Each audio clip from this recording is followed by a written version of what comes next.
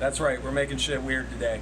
All right, guys, anyways, with that, what we're going to end up doing here is very simple.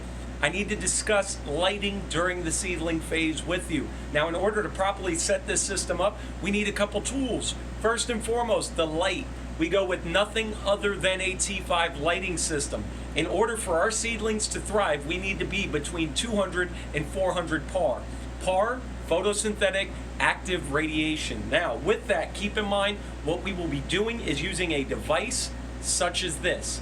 I will leave a link for both the light and the meter down at the bottom. Propagation dome will probably be down there too, who knows.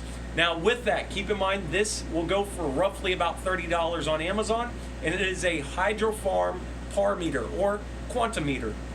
Now with that, this device is very simple to use. Turn it on, you have a LED screen here that will gather data from your actual sensor, and this sensor is going to be placed in the exact area where your plants would otherwise be living, hence the canopy, okay? Now for this system, keep in mind, our propagation dome has about an 8-inch lid.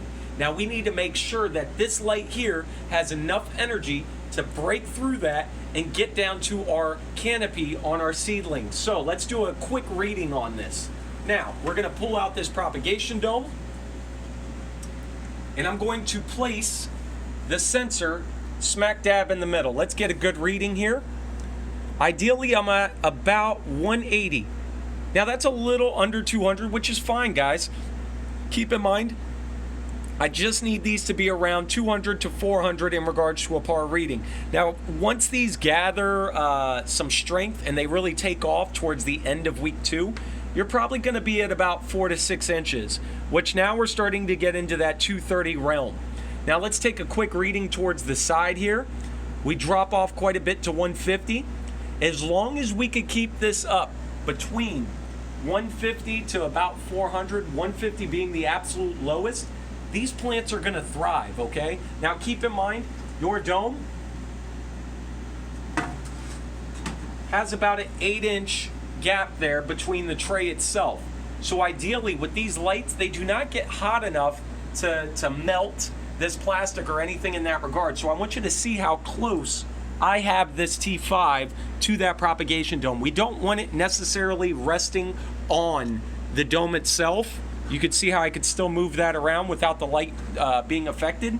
However, I want that so damn close to that propagation that it can smell one another, all right? Whatever, you get what I'm saying. But from there, guys, simple. For the first week, lights on, 18 hours a day, par reading between 200 and 400 for this phase. I will see you guys in a moment.